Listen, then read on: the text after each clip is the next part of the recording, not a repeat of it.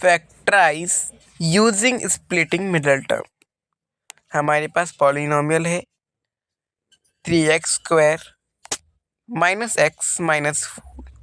इसे हमें फैक्टराइज करना है by splitting middle term. Class 9 का क्वेश्चन है, इजी क्वेश्चन है। 3x² माइनस एक्स माइनस 4 में सबसे पहले हम देखेंगे कि 3x² और -4 फर्स्ट वाली टर्म और लास्ट वाली टर्म का मल्टीप्लिकेशन यानी कि प्रोडक्ट क्या निकलता है।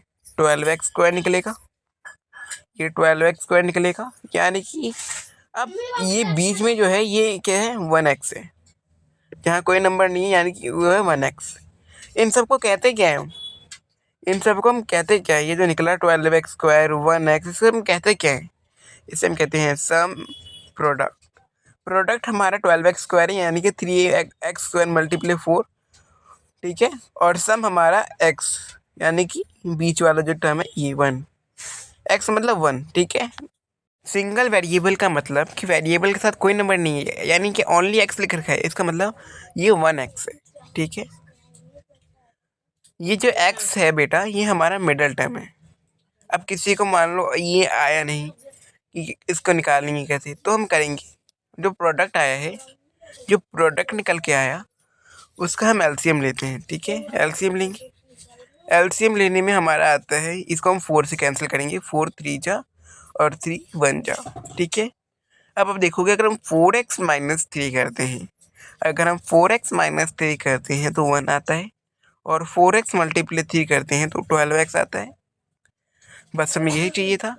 अब हम 4x प्लस 3x² को इस पे पुट कर देंगे, ठीक है।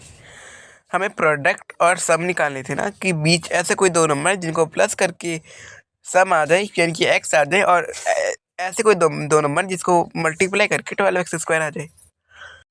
x इज इक्वल टू हमें क्या पता है, x इज इक्वल टू 1 है। अरे ये सब में है कि सिंगल वेरिएबल का मतलब x का मतलब है कि अगर x सिंगल वेरिएबल है, इसका मतलब x की पावर x के साथ जो चिपका नंबर उसका x का कोफिशिएंट है वो 1 है, ठीक है। ये गलत है। आप बोल दोगे कि 4 माइनस 4 x हो गया, x के साथ तो कोई कोफिशिएंट है ही नहीं, x ओनली वेरिएबल है। अरे कोई वेरिएबल ऐसा हो ही नहीं सकता जिसका तो कोई कोफिशिएंट ना हो, ठीक है। अब हम लिखेंगे 3x² minus 4x minus 3x minus 4।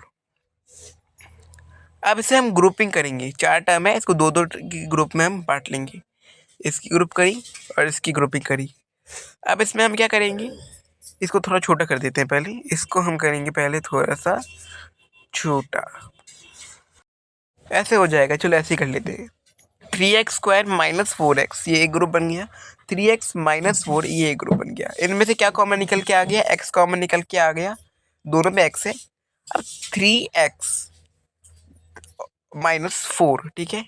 अब देखो अगर 3x को हम x से मल्टीप्लाई करेंगे तो 3x² बन जाएगा, और 4 को मल्टीप्लाई करेंगे तो 4x² बन जाएगा। इसको थोड़ा छोटा कर लेते हैं, ठीक है। देन 3x माइनस 4 में से हम निकालते हैं, ठीक है। 3x माइनस 4, 3x माइनस 4 में से कुछ कॉमन नहीं निकल रहा है, इसका मतलब 1 कॉमन है इससे। ओ गलती हो गई है, हाँ 1 कॉमन है इसमें, ठीक है। 3x माइनस 4 में से 1 कॉमन है, ठीक है। 3x माइनस 4 दोनों तरफ आगे ब्रैकेट के अंदर, और जो ब्रैकेट के बाहर है इसको एक जगह ले लेते हैं। 3x माइनस 4 ऐसे एक जगह लिख लिया दोनों में कॉमन निकाल के, और ये x प्लस 1 होगा या माइनस 1 होगा, क्योंकि ये देखो सारा टर्म माइनस का था ना, तो ये -1 ही होगा, ठीक है। अब ये जो आंसर है लास्ट में हमारा निकल के आया 3x माइनस 4 x माइनस 1, यही हमारा इसका आंसर है जो हमें पूछा था कि factorise using splitting middle term. इसको अगर आप इसकी वैल्यू में रखते हो तो ये इज इक्वल टू 0 हो सकता है। अब 2x² माइनस 7x प्लस 3 ये आपका homework question. Not for subscriber and views, please इसका आंसर आप कमेंट में देना, ये आपका टेस्ट है।